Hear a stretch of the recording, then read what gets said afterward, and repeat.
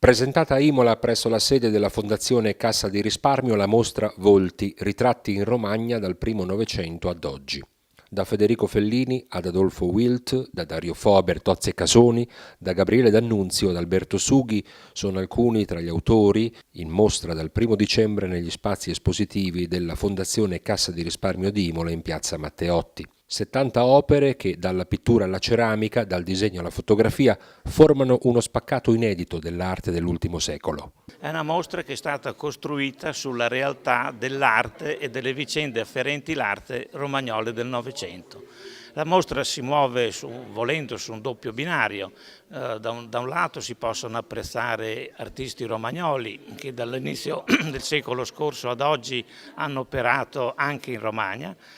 e dall'altro invece si possono leggere le vicende dei soggetti ritratti da questi artisti, che possono essere protagonisti della storia politica, civile, religiosa o personaggi comuni che hanno vissuto in Romagna. Quindi da questo intreccio il visitatore può trovare stimoli per guardare a questa realtà geografica e culturale con occhi non provinciali. Cioè in Romagna sono state giocate carte importanti dell'arte, abbiamo avuto grandi protagonisti dell'arte del Novecento, abbiamo in Romagna grandi protagonisti dell'arte contemporanea, anche a Imola ci sono Bertozzi e Casoni che sono presenti in mostra, che sono artisti che fanno mostre a livello internazionale con le più grandi gallerie nei più famosi musei del mondo. Come abbiamo avuto artisti che nati in Romagna sono diventati protagonisti della scena nazionale, come ci sono state vicende come quella di D'Annunzio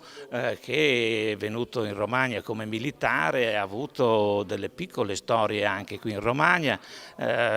sia legandosi al cenacolo artistico faentino, ma anche promuovendo un artista come Guidi di Castel Bolognese, al quale per molto tempo, per anni, ha invocato smalti su rame che oggi sono ancora conservati nella sua casa musea di Gardone, e con Antonello Moroni, un grande xilografo forlivese d'inizio secolo, che venne invitato da lui, anzi fu incaricato di dirigere la cultura nella